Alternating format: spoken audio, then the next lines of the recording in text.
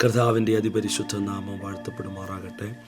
അപ്പോസ്തല പ്രവർത്തികളുടെ പുസ്തകം 7-ാം അധ്യായം അതിൻ്റെ 20-ാമത്തെ വാക്യം വായിക്കുമ്പോൾ, ആ കാലത്ത് മോശ ജനിച്ചു, ദിവ്യ സുന്ദരൻ ആയിരുന്നു എന്ന് കാണുവാൻ കഴിയുന്നു. എന്നെ കേൾക്കുന്ന ദൈവമക്കളെ, ആ കാലത്ത് മോശ ജനിച്ചു. ഏത് കാലത്താണ് മോശ ജനിച്ചത്? നമുക്കറിയാം, ഇസ്രായേൽ ജനം പെരുകുന്നത് മിസ്രൈമിലെ രാജാവ് തിരിച്ചറിഞ്ഞപ്പോൾ, ഫറവോൻ തിരിച്ചറിഞ്ഞപ്പോൾ അദ്ദേഹം ഒരു കൽപ്പന പുറപ്പെടുവിച്ചു. ഇസ്രായേൽ മക്കളെ, ആൺകുഞ്ഞുങ്ങളായി ജനിക്കുന്ന എല്ലാ കുഞ്ഞുങ്ങളെയും നൈൽ നദിയിൽ എറിഞ്ഞു കൊല്ലുക. ഇങ്ങനെ ഒരു കൽപ്പന പുറപ്പെടുവിച്ചിരിക്കുന്നൊരു കാലത്താണ് മോശ ജനിച്ചത്. എന്നാൽ മോശ ജനിച്ചിട്ട് മോശയെ നൈൽ എറിഞ്ഞ് കൊന്നു കളഞ്ഞില്ല. അല്ലെങ്കിൽ ഞാൻ എൻ്റെ ചിന്തയെ, ആത്മീക ചിന്തയെ ഇങ്ങനെ നിങ്ങളോട് കൈമാറാം.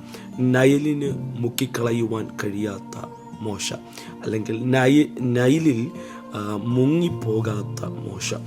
എന്താ നൈലിൽ മോശ മുങ്ങിപ്പോകാൻ പോകാത്തത്? അതാണ് എൻ്റെ ചിന്ത. അവിടെ പറയുന്നു, മോശ ആ കാലത്ത് ജനിച്ചു, അവൻ ദിവ്യസുന്ദരനായിരുന്നു. അവൻ ദിവ്യസുന്ദരനായിരുന്നു എന്ന് നാം പഠിക്കുമ്പോൾ, എബ്രായ ലേഖനത്തിലേക്ക് വരുമ്പോൾ, വിശ്വാസത്താൽ മോശയുടെ ജനനത്തിങ്കിൽ ശിശു സുന്ദരനെന്ന് അവൻ്റെ അമ്മയപ്പന്മാർ കണ്ടു. നോക്കണം, അവൻ്റെ ഡിവൈൻ ബ്യൂട്ടിയെ, അവനിലുള്ള ഡിവൈൻ സൗന്ദര്യത്തെ കണ്ടത് അവൻ്റെ അമ്മയപ്പന്മാരാണ്. അവൻ്റെ മാതാപിതാക്കൾ ദർശനമുള്ളവരായിരുന്നത് കൊണ്ട് മോശ നൈലിൽ മുങ്ങിപ്പോയില്ല. ഒന്നും കൂടെ പറഞ്ഞാൽ, അവിടെ ജനിക്കുന്ന എല്ലാ തലമുറകളെയും നൈലിൽ എറിഞ്ഞു കൊല്ലുകയാണ്. രാജാവിൻ്റെ കൽപ്പനയാണ്.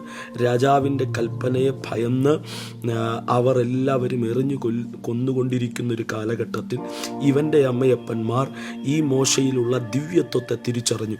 അവനിലുള്ള ദൈവിക കോളിനെ, ഡിവൈൻ പർപ്പസിനെ അവർ തിരിച്ചറിഞ്ഞു. ഞാൻ വിശ്വസിക്കുന്നത് അങ്ങനെയാണ്. അവൻ്റെ മാതാപിതാക്കൾ മോശയിൽ കണ്ടത് ദൈവത്തിൻ്റെ ഒരു വലിയ ദർശനമായിരുന്നു. എന്നെ കേൾക്കുന്ന ദൈവമക്കളെ, നമ്മുടെ തലമുറകളെക്കുറിച്ച് ദൈവിക കാഴ്ചപ്പാടുള്ള മാതാപിതാക്കളായി നാം തീരണം. നമ്മുടെ തലമുറകളെക്കുറിച്ച് നമുക്ക് ദൈവീക കാഴ്ചപ്പാടുണ്ടെങ്കിൽ ഈ ലോകത്തിലെ ഒരു നൈൽ നദികൾക്കും, ഒരു സാഹചര്യങ്ങൾക്കും, ഒരു പാപത്തിനും, ഒരു പിശാചിനും നമ്മുടെ തലമുറകളെ കൊന്നുകളയുവാൻ, അല്ലെങ്കിൽ അവരെ കുടുക്കിക്കളയുവാൻ കഴിയത്തില്ല എന്ന് ഞാൻ ആത്മാവിൽ നിങ്ങളോട് കൈമാറാം. ഇവിടെ മോശയെ നോക്ക്. മോശ ജനിച്ചപ്പോൾ അവൻ്റെ മാതാപിതാക്കൾ അവൻ്റെ അകത്തുള്ള ദൈവിക പർപ്പസിനെ, ആ സൗന്ദര്യത്തെ കാണുവാനിടയായി. അത് ആത്മീക ചിന്തയായ ഞാൻ കൈമാറുന്നത്. അതുകൊണ്ട് അവരെന്ത് ചെയ്തു? എൻ്റെ മകനെ നൈലിൽ ഞാൻ എറിയുന്നു എങ്കിൽ ഞാൻ അവനെ എറിയുന്നത് പെട്ടകത്തിനകത്ത് വെച്ചായിരിക്കും. നോക്കണം, വ്യത്യസ്തമായ ഒരു ചിന്ത, അല്ലെങ്കിൽ ഒരു ദർശനം, ഒരു ചിന്ത അവർക്കുണ്ടാകുവാനിടയായി. ഇസ്രായേലുള്ള ബാക്കിയുള്ള മാതാപിതാക്കൾ തങ്ങൾക്ക് ജനിക്കുന്ന കുഞ്ഞുങ്ങളെ നൈലിൽ വെറുതെ കൊണ്ടെറിയുമ്പോൾ ഈ മാതാപിതാക്കൾ ചിന്തിച്ചു, ഞങ്ങളുടെ മകനെ എറിയുന്നെങ്കിൽ അവനെ ഞങ്ങൾ എറിയുന്നത് പെട്ടകത്തിനകത്തായിരിക്കും. അതുകൊണ്ട് എന്ത് സംഭവിച്ചു? ആ നൈലിൽ അവൻ മുങ്ങിപ്പോയില്ല. പകരം ആരാണോ ഈ നിയമം കൊണ്ടുവന്നത്, ആ നിയമം എഴുതിയ ഭവനത്തിനകത്ത് മോശ വളരുവാനിടയായി. ഫറവോൻ്റെ പുത്രി അവനെ കാണുവാനിടയായി. അവളും അവൻ്റെ സൗന്ദര്യത്തെ കണ്ട് ആശ്ചര്യപ്പെട്ട് അവളുടെ ഭവനത്തിൽ വളർത്തുവാനിടയായി. നോക്കണം, ഇവിടെ പറയുന്നത് ആ കാലത്ത് മോശ ജനിച്ചു, അവൻ ദിവ്യസുന്ദരനെന്ന് അവൻ്റെ മാതാപിതാക്കൾ കണ്ടു. അതുകൊണ്ട് അവൻ വളർന്നു. അപ്പോൾ അവൻ പാപത്തിൻ്റെ താൽക്കാലിക ഭോഗങ്ങളെക്കാൾ ക്രിസ്തുവിനോടുള്ള കഷ്ടത വലിയ ധനമെന്നുണ്ണി ദൈവീകമായ സ്നേഹത്തെ അവൻ്റെ അകത്ത് കൊണ്ടുവന്നു. അവൻ ദൈവീക ചിന്തകളിൽ വളരാൻ തുടങ്ങി, ആത്മീകമായി വളരാൻ തുടങ്ങി. എന്നെ കേൾക്കുന്ന ദൈവമക്കളെ, ഈ തലമുറകൾ പലപ്പോഴും പാപത്തിനും പിശാചിനും അധീനമായി പോകുന്നതിൻ്റെ ഒരു കാരണം, മാതാപിതാക്കൾ പലപ്പോഴും അവരെ ഫോക്കസ് ചെയ്യുന്നത് ഈ ലോകത്തിൻ്റെ പല കാര്യങ്ങൾക്കാണ്. വിദ്യാഭ്യാസത്തിന് ഫോക്കസ് ചെയ്യുന്നു.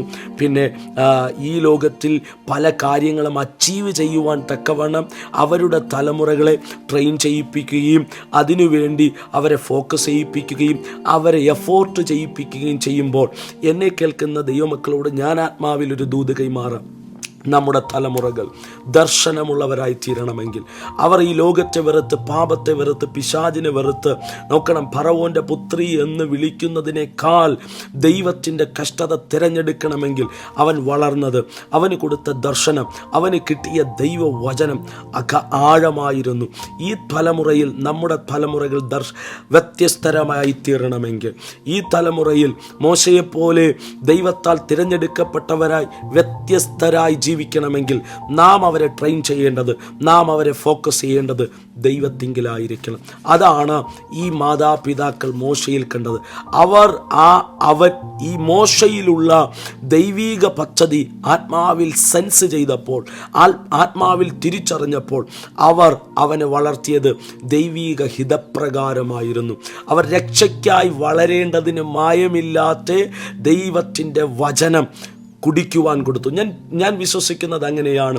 അവൻ്റെ അമ്മയ്ക്ക് പാൽ കൊടുത്തു വളർത്തുവാൻ ഫറവോൻ്റെ പുത്രി മോശയെ, തൻ്റെ അമ്മയെ തന്നെ ഏൽപ്പിക്കുമ്പോൾ ഞാൻ വിശ്വസിക്കുന്നു അവൾ വളർത്തിയത് വചനമെന്ന മായമില്ലാത്ത പാൽ കൊടുത്തായിരുന്നു. അതുകൊണ്ട് എന്ത് സംഭവിച്ചു? അവൻ പാപത്തിൻ്റെ താൽക്കാലിക ഭോഗങ്ങളെക്കാൾ കർത്താവിനോടുള്ള കഷ്ടത വലിയ ധനമെന്നെണ്ണി.